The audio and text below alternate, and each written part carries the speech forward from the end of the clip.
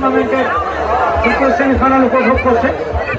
খেলার ফলাফল যখন 0-0 অবস্থা, এই মুহূর্তে আরেকজন কম্পোজিটার পরিবর্তন রাজুর থেকে আসছেন মাসুদ ভাইকে আমন্ত্রণ জানাবেন মাইক্রোফোনে। আসসালামু আলাইকুম সুপ্রিয় দর্শক মণ্ডলী, আপনারা অনুরোধ করছেন চরবাড়া সোনারগাঁও পত্রিকা আয়োজিত ফুটবল টুর্নামেন্টের আয়োজন সিরাজগঞ্জ সিরাজগঞ্জ জেলার একটি দল এবং সেই সঙ্গে আমাদের পাবনা জেলার দল রয়েছেন ফুটবল একাডেমি।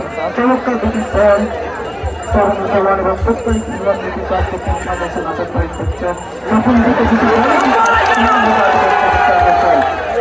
আচ্ছা বার্তা থেকে এগিয়েছেন আক্রমণ শেষ পর্যন্ত চমৎকার একটু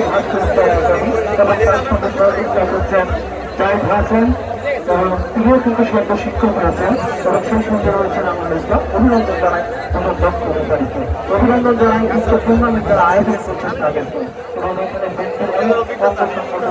নেতৃবৃন্দ রয়েছেন সবাইকে অনেক অনেক অভিনন্দন এবং শুভেচ্ছা জ্ঞাপন করছি। কমিটি রয়েছে আক্রমণ করবার চেষ্টা বিষয় এবং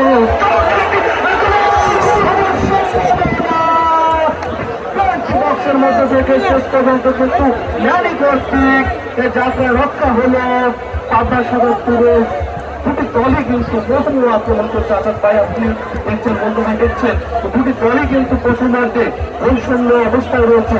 দর্শকের কিন্তু কমতি বৃষ্টি কখনো মুষলধারে বৃষ্টি কমিটি রয়েছে। আবারও মিঠু চমৎকার মিঠু দেখে শুনে দাঁড়িয়েছেন, ডান পাশে ফরাট করে দিয়েছেন।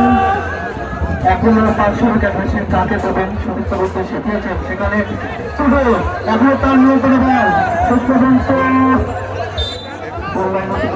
সেই গোলটি অর্জন করতে পারেন এবং এমনিতে লেবু ভাই এবং শাহালম দুজনে কিন্তু দর্শক দেখাতে ব্যস্ত। আমি দেখতে চাই উল্লাপাড়া এবং সোলঙ্গার পুরো দর্শক মাঠে জেনে নামাবে।